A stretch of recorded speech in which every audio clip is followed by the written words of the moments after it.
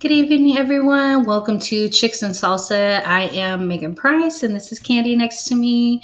It has been a while since I have been on there. How are you, Candy? I'm doing good. How are you? Like you've had a lot of life happening things happen. I have. So it's been, not just work, but tons of other things going on as well. I'm looking and it looks kind of like we are not connecting on Twitter. Strange. Okay, technical difficulties while try to fix this real quick. Looks like it's not on there. We we want to say we hope So Carrie. StreamYard has not been playing well with third parties lately. So, there have been some, it says that you have to have a premier account to be live on Twitter now.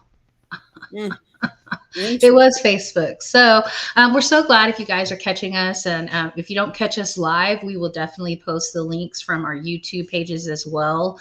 It has been a real interesting week in sports. So we have two All Star weekends going on. We're in the middle of MLB All Star right now. And then this upcoming weekend will be All Star weekend for the WNBA. Let's start with MLB because we're in the middle of it right now. We What has been your thoughts on MLB All Star weekend so far? well, I watched the home run derby, home run race, of course, yesterday. Like that was to me, it was interesting because they keep trying to tweak it, and they're trying to Right. find what works. Um, one of the tweaks that I did like seeing the pitch count at the bottom, how it said how Mhm. many at bats they have or how many swings they had, which ones were home runs, which weren't, if they were in streaks or if they weren't. I did like the change that instead of pairing them against one another and then the winner of that pair moved on. I did like seeing it more of a well-rounded, like anybody had a chance, whoever had the most, those were the ones that. But I felt like it wasn't very long. I don't know, it lacked something and I can't quite put my finger on it, but it was interesting. It was fun. I mean, it's kind of like the slam dunk, contest in the NBA. Like Right. there's certain parts of it you like. And how about you? Did you get a chance to watch it? I did. I got to watch some of it. And for me, I've really enjoyed the rule changes that the MLB has implemented as a whole. Oh, there we go. We got Jeremy. What's up, Jeremy B? I Um, and I really enjoyed what they did with the extra innings. They added that extra runner on second base to start off with the extra innings. We got the pitch clock, which I think is really important. It keeps the games from going to 4 hours. It becomes unwatchable at some point. You want someone to win eventually, and so I think getting the pitch clock in makes a huge difference. Um, and I understand why they make rule changes in, especially in all-star weekends, because they've lost their validity. For example, nobody plays in the Senior Bowl anymore.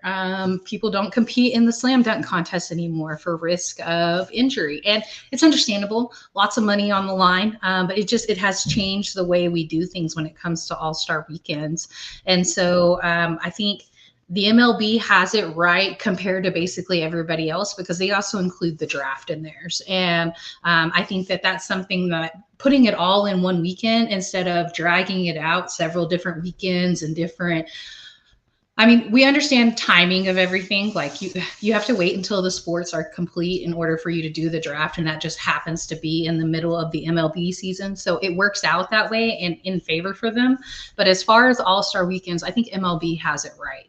I did enjoy the fact that the two guys that were in the finals were both guys that had never won before. So love seeing those types of stories. Obviously, my team is the reigning defending champs. They've never won before, and so for me, obviously, even if I wasn't a Rangers fan, it's nice to see somebody win who's never won before. So correct. I Yeah. did enjoy that factor of it. Yes. Yes. And just to see the power that they're hitting, you know, and they get the extra at bats if they hit it so Right. far, and that was kind of cool. That's some of the things that they have changed that are pretty cool over the course of it. Right. But tonight's the actual game, and like last last year the National League won, which was the first time they had won in like I don't know how many, like since 2013. So it had been a long time. I think it's an interesting starting pitching lineup. Of course, the starting pitchers aren't in there very long normally an inning, Right.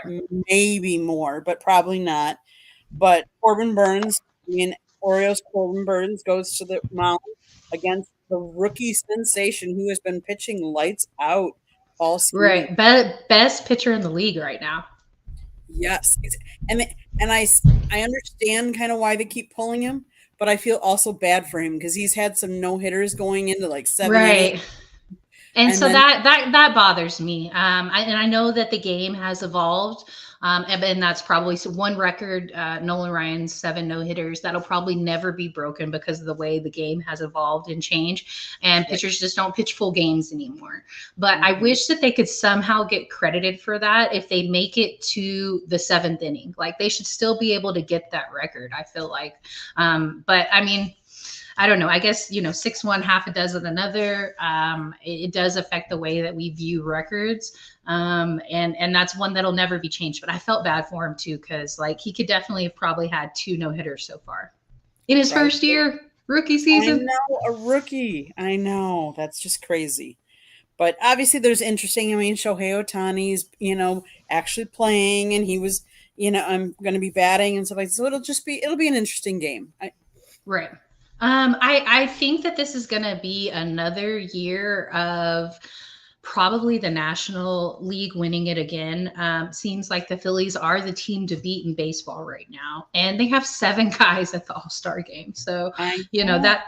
Yeah, just an insane amount. In which, last year it was the Rangers. They had 5 or 6 that were there. It was a franchise record for them as well, and they were the team to beat last year. So, I think I will say realistically, I'm leaning towards probably the national team winning it, but obviously I'm rooting for the American League because I'm a Texas Raiders fan. Well, I'm a National League fan, so I hope what you I were get thinking. Get, it. we support our Right. teams. I mean, let's face it. That's what else we gonna do? Um, and so you're an Orioles fan, right? No, a Brewers fan. Brewers fan. Oh, excuse me. That's Okay. okay. So Yep. we had a young man that is from Amarillo, Texas, that actually plays for the Orioles now and was involved in. He got dinged in the head. Heston Kerstad is his name. And he got hit in the head there in Baltimore. And the way the crowd reacted, and they were basically cheering for it to happen, it was just something that happened in the MLB in this last week. He is in concussion protocol. I just wanted to say that we were thinking about him. It was rough. And it was something that cleared both benches and the bullpens came out. It was a rough scenario. And so just definitely thinking about him. I'm very proud of him. Was drafted right out of high school, and just he's done an amazing job. And while I'm not an Orioles fan or a National League fan, or well, they're in the American League. Not an Orioles fan, but love those 806 connections like that. There you go. Of course, of course. It's always good to root for people or that you've talked to and stuff. Right. Yeah. Hmm. Right, absolutely. Yep. So we've also had a little more drama in the sports world. We had the Copa America. Let's talk about that a little bit. Drama? Are you kidding me? Oh my goodness! Not talking about what happened on the field at all. It was all before the game. They Right. they were telling there was reports. Now the game was supposed to start at 8 p.m. Eastern. There are reports that people started coming to the stadium at 6 a.m. that morning. Right. 6 a.m. 14 hours before the game was even supposed to start. I get soccer fans are very passionate. That's the one thing I will tell you. And That they're is probably a all very light assessment. They're insane. They're almost they rabid. are. They are compared to all the other sports I've covered. I'm like, it's Agree. crazy. Well, No, I agree. they they were coming in however they could get in with even without tickets. So they rushed the gates. Ventilation vents. Yes. I'm like, are you That's kidding me? I'm crazy. like, oh my goodness. I can't imagine. The Hurricanes play down at Hard Rock Stadium, which is where the Dolphins play. So I Okay. can't imagine what they're going to do with security now going forward, knowing that they rushed the gates. They are saying at least I've heard roughly anywhere from 2 to 7,000 people that didn't have tickets rushed the gates and tried to get Oh in. my gosh. And they were That's saying that wild. throughout the whole first half, they were still trying to get people out that didn't have tickets that had And gotten so in. that This is some, yeah, until the very end, they were still kicking people out that weren't supposed to be there. I did see that. And so this poses a question. Obviously, this has been a week where we question security in large events. Yep. And we have some very large events coming to the United States that have international fans. We have the Olympics coming to LA in 2028. And then we also have the World Cup. Where did they decide the finals were going to be? They're coming down back to Miami in Miami. 2026. And but so we're gonna have, but we're also gonna have tons of games. We're gonna have games all Oh, over yeah. the country. The qualifying events, we're gonna have some in DFW at Jerry's World. We're gonna have some in New York City. We're gonna have some out Mhm. in LA. And so security is gonna be a huge issue, especially like as we were talking, soccer fans are much different. And I Yes. don't know if people don't necessarily get the news the same way that some of us that watch soccer, but trampolines and deaths and these type of things happen very frequently at soccer matchups. Yes. Yes. So I don't know. It's going to be crazy. I can't imagine. I can't imagine. And I can't imagine being anybody that was in security there or any of the Right. workers that they postponed the start of the game for an hour and 22 minutes. So Right. anybody, like anybody that worked the next morning, just think about how all those fans, all those workers, Gosh. because let's face it, those workers, it's a part-time job for most of them. No, it is a part-time job. Those of us that work at stadiums in the evening, it is a second job for us. And those of us that are in media or in production, we're usually working somewhere else in the morning. Like I have a lot of good friends that work for the news stations, and they do the morning news, which means 6 o'clock in the morning, which means they're at the studio at 3 o'clock in the morning getting ready. And so, those extra innings or those nights that take longer or prolonged starts, rain delays, any of that, people aren't sleeping. No, no, I exactly. don't know. And I don't know if you want those people working security if they haven't slept. that's true. That's true. I mean, after all, it was a 1-0 game. Oh, I Argentina think we did lost beat Candy there for a Colombia, second. There we but go. Are you there? Okay. I'm here. I'm My com- here. my computer froze for a second. I think Ah, it was me. okay. Apologize I about was that. We no, I have was a just saying storm going Argentina. through right now. Argentina won 1-0 over Colombia. Okay. I know. I know a lot of people that I work with are actually from Colombia, so they were very disappointed. But I keep telling Oh, them, I'm like, there's nothing to be ashamed of. 1-0 oh to lose no. 1-0. I mean, that was a really good game. Like, Right. Absolutely. And it came down to penalty kicks. Is that right? Yeah. yep, So yeah. definitely a hard fought game. Messi ends up leaving the game early from injury. I don't know how much longer we see Messi. Obviously, They're I think saying this is 2 more probably. games. They're saying he's going to miss 2 games due to this injury for Inter Miami. That's what they're coming Goodness. out with now. But when somebody comes and joins the MLS, you know that their career is on the tail end. That's just kind of how it goes. He had already said whenever they won the World Cup that he was probably done competing in the World Cup, and so we'll see him probably at a few more events. But I can't imagine seeing him more than maybe a season, maybe two. I I can't. was I going to can't say, imagine seeing him much longer. I think, I can't remember exactly when, because Inter Miami is building a stadium down in Miami. They're making it, it's called Freedom Park. They're building a whole park around it and everything like that. I have a feeling he'll wait and want to be part of that. And then maybe Okay. he'll, Okay. decide to leave. But yeah. I mean, it's exciting to get him in the MLS. I mean, just a huge get, same way whenever they got Beckham. But just know, like, when it comes to competitiveness, MLS is not it. That's why Messi looks so good playing for Mhm. Miami, because the competition is not the Correct. same. It's very No. similar to watching college soccer. Hmm. Whereas, watching Premier League or Champions League, it's just different. And so it's a Oh, yeah. different level of competition.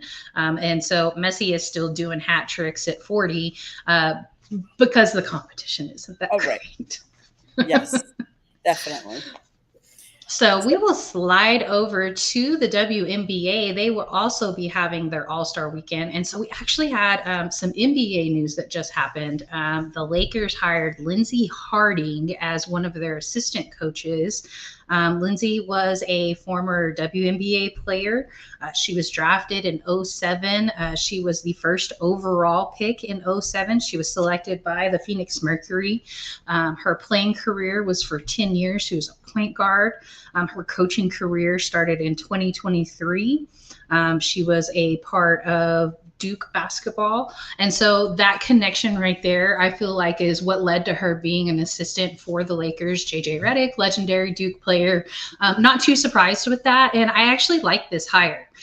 Not a big fan of hiring JJ Redick for the Lakers, but this hire with Lindsey Sterling, I like it a lot. And so he's winning me over a little bit with that hire, actually. So we'll see how that goes. We've seen Teresa Weatherspoon had a lot of success there with the New Orleans Pelicans. Becky Hammon had a lot of success there with the Spurs. And so if this is something that leads to her maybe coming back to the W and being a coach, I think what an awesome stepping stone. Let's face it, coaching for the Lakers is not an easy task at all. Like yes, I can't imagine. Yeah, and she was an assistant coach for the Kings as well. So I actually really like this hire. So sorry, I know you're going to go in a different direction in a minute because you're going to talk about NBA, but because we're talking about the Lakers, I do want to say rest in peace to Joe Jellybean Bryant, the father of the late basketball Hall of Famer Kobe Bryant, who has died. So rest in peace. We, our prayers and thoughts with any family and friends. Yeah. Just wanted to quick mention that because I know you're going to go to the WNBA and that's going to be good stuff. Yeah. Joe was a coach in the WNBA as well. He was a coach for the Sparks a couple of different times. So anybody that is positive for women's basketball, I definitely respect. Now we know that Kobe and his family had some personal problems, and just hope that people can respect their privacy as they deal with this. Mm-hmm. Yeah. All right, now sliding over to the WNBA All-Star Weekend. So All-Star Weekend starts this Friday. We will have the skills contest, and we will also have the three-point contest on Friday. Saturday will be the actual game, and they will be doing the format of Team USA versus Team WNBA. Thank you, Mike. I appreciate that very much. It's Miss Price. I'm not married. And so this is something that I would actually love to see in the men's NBA, this format of Team USA versus Team All-Star. I think it's something that could definitely spice up the NBA All-Star Weekend. And it's something that they could do, because something that we talk about when it comes to the national basketball teams here in the United States, they don't play together very much. They usually only have 1 to 2 exhibition games before they go into their tournaments, and that's it. And so this All-Star game is one of their exhibition games to help get them into the flow of playing together. There have been some injuries also this week leading up to All-Star Weekend. BG had a groin injury, but did return today, had a really great game as well. DT was out for a couple of games. Natasha Cloud was out for a couple of games. And so glad to see them come back. I will go over the rosters real quick. So Team WNBA, we've got DeWanna Bonner, Aaliyah Boston from the Indiana Fever. DeWanna is from the Connecticut Sun. Caitlin Clark from the Fever. Alicia Gray from the Atlanta Dream. De'Erica Hampy from the Sparks. Brianna Jones from the Sun as well. Jonquel Jones from the Liberty. Kayla McBride from the Lynx. Kelsey Mitchell from the Indiana Fever. Arike Agumbawale from the Wings. Nneka Agumake from the Seattle Storm. And Angel Reese from Chicago Sky. So we've got 2 rookies on the team, Angel Reese and Caitlin Clark. Not a surprise there whatsoever. I think that they're incredibly popular. So is Aaliyah Boston, their teammate. Now, this is her second All-Star game, and it's also her second season. So the insurgence of talent over the last couple of seasons has been massive. Team USA, we got Nafisa Collier from the Lynx, Kalia Copper from the Mercury, Chelsea Gray from the Aces, Brittany Griner from the Mercury, Sabrina Ionescu from New York, Joel Lloyd from Seattle, Kelsey Plum from Vegas, Brianna Stewart from the Liberty, DT from the Phoenix Mercury, Alyssa Thomas from the Connecticut Sun, Asia Wilson from the Aces, and Jackie Young from the Aces for Team USA. So I think if all else fails when it comes to Team USA, because we are also in the toughest group for group stage play when it goes into the Paris games. We got Belgium, we got Germany, and we got Japan. These are our biggest competition out there, and we're all in one group together. So, them being able to play together and being able to see BG play today, and because we don't have any other just straight centers on the roster, so I think that that's incredibly important. Mm-hmm. Now, sliding over to today's games, we had the Mercury versus the Mystics. Mercury win this one 96-87. Brittany Griner had 23, 1 and 7. Kalia Copper had 22, 1 and 7. DT had 18, 5 and 3. Natasha Cloud had 12, 10 and 9. And then Sophie Cunningham had 11 off of the bench. On the Mystic side of things, Kimbrough had 15, 5 and 2.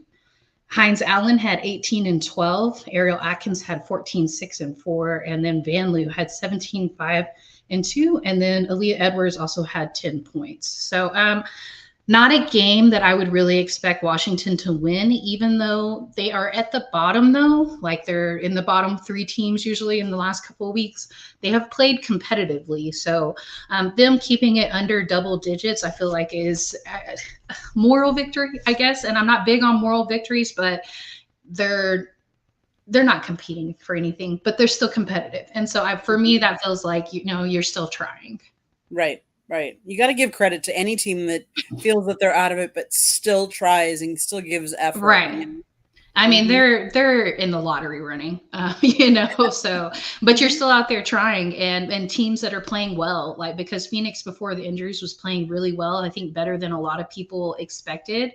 Then we had the Seattle Storm versus the Sparks. Storm win this one 89-83. Another team, the LA Sparks, who are not playing for a whole lot right at this moment. They're also in the bottom 3 teams. Dallas, LA, and Washington are the bottom 3 teams, Dallas being the worst. So for them to keep it competitive against Seattle, once again, I think that's a good thing. They are, LA's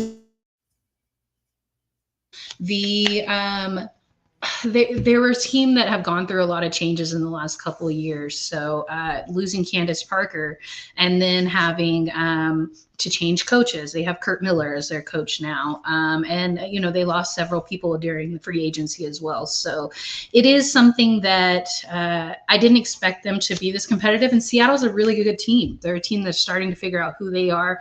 They had a lot of signings during free agency, Nneka Agumake being one of them, who was a former Spark, so playing her former team there. They signed Skylar Dickens-Smith during the offseason as well. So now on the Seattle side of things, Ezzy only had 6 and 6. Jordan Horston 14 and 8. Nneka had 23, 4 and 10. Joel Lloyd had 37 and 6. And then Skylar Diggins-Smith had 8, 5 and 3. So a slower game for Skylar. On the LA side of things, Azare Stevens had 24 and 15. Rakia Jackson had 16, 4 and 6. De'Erica Hamby had 15, 3 and 9. And then Ray Burrow had 18 points off of the bench. Love seeing that. That's somebody that has struggled for a roster spot. To be able to see her have a roster spot and do well coming off the bench, love to see that. Well, I'll be honest with you. I was looking, and the attendance today for that game was 18,000. So it seems like the attendance has started to really pick up, even for the games where you don't see, Caitlin. Oh, absolutely. Which is really good. I'm so glad to see that's on the rise. Absolutely. And so then we have possibly matchup of the week right now that is at halftime.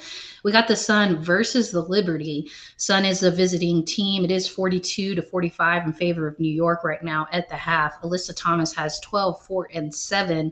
Brianna Jones has 11 and 3. And then on the Liberty side of things, Sabrina Ionescu has 17, 3 and 2. They are sitting several players on the Liberty right now. I think in anticipation of All-Star Weekend and the ladies getting ready for Team USA. Now, going back to Team USA, I think if all else fails, even if, let's say, BG is not herself going into these matchups, because, like I said, it's the toughest group stage. Belgium is a tough team.